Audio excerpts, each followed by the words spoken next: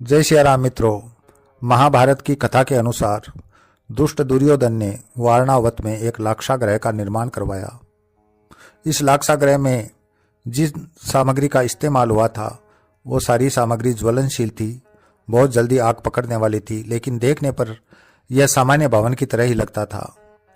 उसने किसी बहाने पांचों पांडवों को उनकी माता कुंती सहित उस लाक्षागृह में भिजवा दिया और उसने योजना बनाई कि इनको यहीं पर जलाकर मार डाला जाए। लेकिन संयोग से इस योजना का भंडाफोड़ समय से पहले हो गया और पांचों पांडव अपनी माता कुंती सहित एक गुप्त मार्ग से उस लाक्षागृह से निकल गए और जंगल में पहुंच गए। सामने घना जंगल था। जंगल को पार करते हुए वो एक गांव से दूसरे गांव, एक नगर से दूसरे नगर में घूमते फिर रहे थे, अपने आप को बचाते हुए, पहचान छुपाते हुए, क्योंकि अज्ञातवास का ये समय था और जैसे तैसे इसको काट कर उनको अपने अधिकार के लिए लड़ाई लड़नी थी। तो मित्रों, घूमते घूमते ये 6 प्राणी एक चक्रा नगरी में पहुंचते हैं। ये क्षेत्र बेतवा नदी के आसपास का क्षेत्र है, जो वर्तमान में मध्य प्रदेश में नदी बहती है, बेतवा, उसका क्षेत्र है। तो एक चक्रा नगरी में उनकी भेंट महर्षि वेदव्यास से होती है। वेदव्यास उनको पहचान लेते हैं, लेकिन निश्चिंत करते हैं उनको कि मेरे से किसी तरह का आपको कोई खतरा नहीं है, मैं आपकी पहचान किसी को नहीं बताऊंगा, मैं आप लोगों की परेशानी समझ रहा हूँ, आपसे स्नेह है मुझे, तो मैं आपको एक सदाचारी और धार्मिक ब्राह्मण के घर में शरण दिलवा देता हूँ, आप वहीं रहकर अपना अज्ञातवास का समय आराम से काट सकते हो। महर्षि वेदव्यास एक चक्रा नगरी के एक ब्राह्मण के घर में उनको ले जाते हैं और उनको शरण दिलवा देते हैं। ब्राह्मण परिवार बड़ा ही सदाचारी और धर्मपरायण परिवार था। सभी प्राणी संतोषी स्वभाव के थे। उस परिवार में 5 प्राणी थे, ब्राह्मण, ब्राह्मणी और 3 उनकी संतानें। और इधर पांचों पांडव सुबह अपनी माता की आज्ञा पाकर भिक्षाटन के लिए निकल जाते। ब्राह्मणों के वेश में थे वो, और शाम तक जितनी भिक्षा मिलती वो लेकर अपनी माता के पास आ जाते और उसी से अपना पेट भर लेते, ताकि ब्राह्मण परिवार पर किसी तरह का बोझ नहीं पड़े, और अन्य जो उनकी आवश्यकताएं थी वो ब्राह्मण परिवार पूरा कर देता था। कुंती के मन में बार बार इस तरह की भावना आती कि यह परिवार कोई ज़्यादा संपन्न नहीं है, हमारा बोझ वहन कर रहा है, ये इनकी महानता है, इनका जो एहसान है मैं किस तरह से चुकाऊं, इनके उपकारों का बदला मैं किस तरह से पूरा करूं, यही उसके मन में चिंता रहती थी। वो चिंतन मनन करती रहती थी। मित्रों, एक दिन वह आ गया।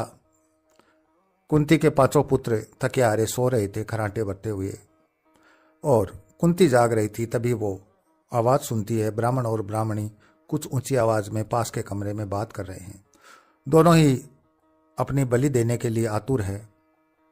ब्राह्मण ब्राह्मणी को समझा रहा है, ब्राह्मणी ब्राह्मण को समझा रही है कि मुझे यह कार्य करने दिया जाए।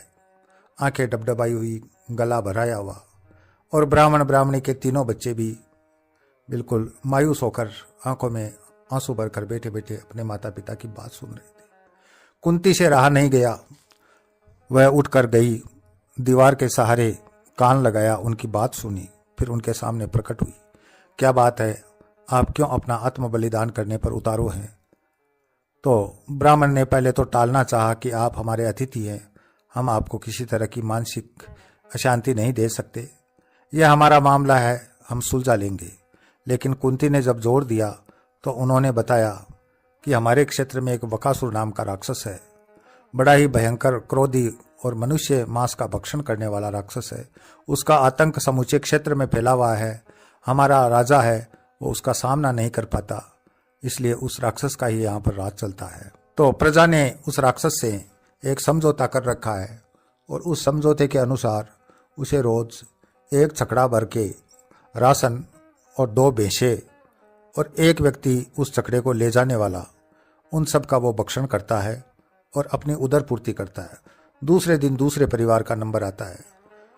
तो माता, कल हमारे परिवार का नंबर है और मैं अपनी पत्नी को समझा रहा हूँ कि यह कार्य मुझे करने दिया जाए, लेकिन पत्नी इसके लिए तैयार नहीं हो रही है, वो स्वयं जाने को उतारू है और यही हमारा विवाद चल रहा है। कहते कहते ब्राह्मण ब्राह्मणी के नेत्रों से आंसू बहने लगे। कुंती ने उनको आश्वस्त किया कि आप किसी तरह की चिंता मत करो, आप एक छकड़ा राशन की व्यवस्था कर दीजिए, बाकी काम मेरा कोई सा एक पुत्र संभालेगा। कुंती के मन में चल रहा था कि मेरा बेटा भीम है, वो महान पराक्रमी और बलशाली है और उसने कई राक्षसों का समय रहते संहार किया है, वह इस कार्य को संपूर्ण कर देगा और बकासुर को इसके किए का दंड भी वो दे देगा। तो ब्राह्मण को काफी समझाया तो वो तैयार हुए।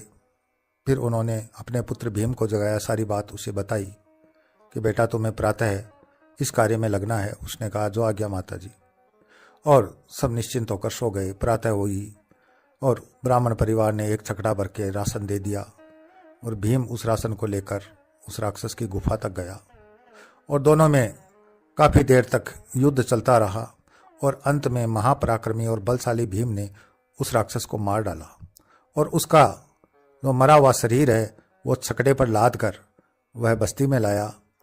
एक चक्रा नगरी के लोगों ने जब मरे हुए राक्षस को देखा तो वो भीम की जय जयकार करने लगे। चारों ओर हर्षोल्लास मनाया गया कि एक दुष्ट की दुष्टता से और अपनी परतंत्रता से हमें आज गुलामी से मुक्ति मिल गई है। इस राक्षस ने हमारे क्षेत्र में काफ़ी लोगों का भक्षण कर लिया और खूब नुकसान पहुंचाया है। तो भीम का शौर्य और उसका पराक्रम देखकर सभी ने खुशियां मनाई। तो मित्रों, इस तरह से ये एक बड़ी ही सुंदर कथा है महाभारत की और इसमें हम देखते हैं कि पांडव अज्ञातवास के कष्ट भोगते हुए भी वो दूसरों का हित करते हैं, दूसरों के काम आते हैं। यही उनकी मानसिकता थी। इसी के साथ मैं अपने वाणी को विराम देता हूँ। अगले वीडियो में फिर मिलेंगे, तब तक के लिए जय श्री राम।